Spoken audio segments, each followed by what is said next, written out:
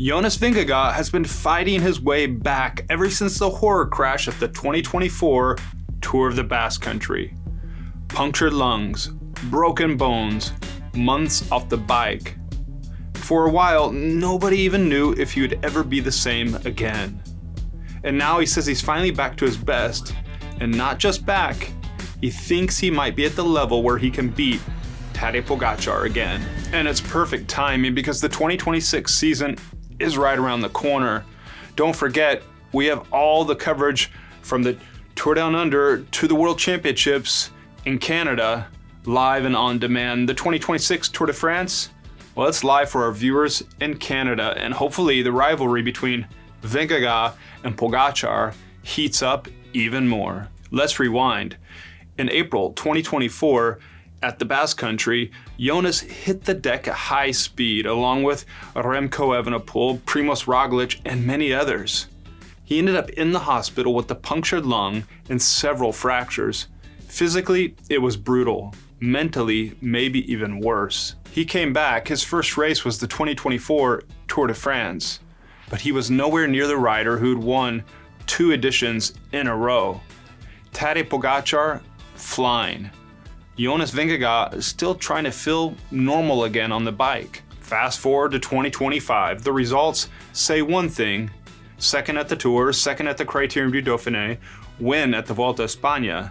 On paper, that is a huge season, but the story behind it is a guy trying to climb back to his old level, step by step. Jonas, speaking at the Saitama Criterium last week in Japan, admitted it himself. He said, "You never really know when you have a bad crash like that if you'll get back up to the same level you had before."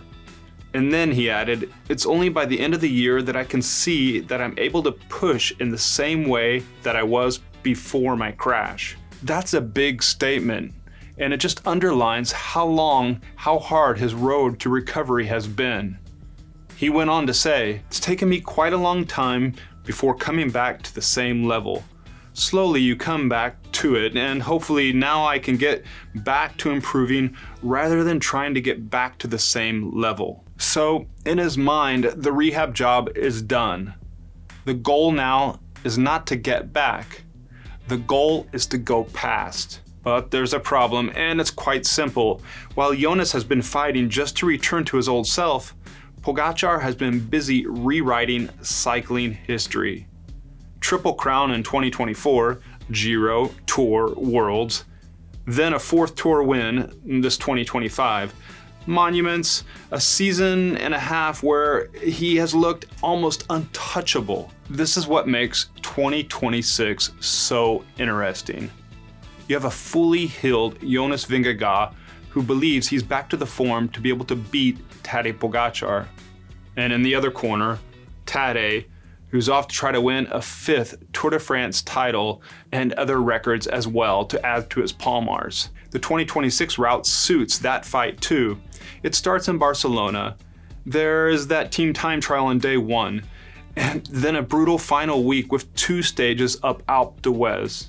If Jonas wants yellow back, he will have to beat Pogacar where it hurts most, on the hardest climbs, in the biggest moments. Now, about the race in Japan.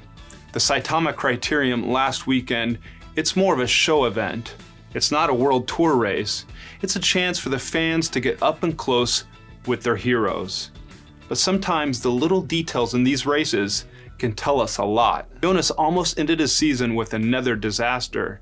3/4 of the way through the race, he crashed again. He said he just slipped and lost his wheel. Davide Stella, well, he was the star, from rival team UAE Team Emirates, he even helped him get back up and on his bike. Most riders would rather set up after that, treat it like a scare, and wave to the crowd and roll it on in. Jonas did the opposite. He chased back, followed one more attack, and then he went solo for the win. He said, "At first you only think about getting back to the bunch. Then there was an attack that I could follow, and then luckily I could go solo from there." Again, the result itself doesn't matter much. Saitama is not the Tour, but the attitude does matter. Crash, get up, win anyway. For a rider coming off a huge injury, that confidence is worth a lot. So what happens now? Jonas and his team Visma need to sit down over the offseason and map out the coming 2026 season. There's talks of making an attempt at the Giro d'Italia in May. He still has not done the full Grand Tour sweep the way Pogacar did. Maybe they would try the double. Maybe they keep him fresh and go all in for the Tour 2026. Whatever the plan, one thing is clear. Sponsors, the team, fans, Jonas himself, all want the same thing. Another full power showdown with Tadej Pogacar in July. No injuries, no doubts, just two riders at their peak going to war for yellow. Now it's your turn. Let us know. Drop down in the comments.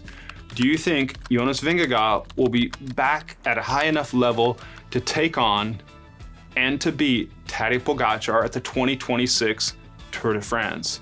Let us know down in the comments. Or is Tadej Pogacar just that one step ahead? Just that another level better? Also, while you're down there, take a moment, click that subscribe button. That way you're not going to miss out on any of the action of the upcoming season. We have the Cyclocross World Cup events live and on demand for our viewers in the United States and Canada over the winter. The Tour Down Under is right around the corner, and yes, we're building up for the 2026 Tour de France. Click down below, subscribe, interviews, behind the scene coverage, and race analysis right here on FloBikes. From a hospital bed in 2024 to winning the Vuelta a España and crashing then winning again in Japan, Jonas Vingegaard has already shown he can come back from the worst. Now the question is not if he can return, the question is if he can rise high enough to knock Pogacar out of the yellow and write the next chapter of this era-defining rivalry.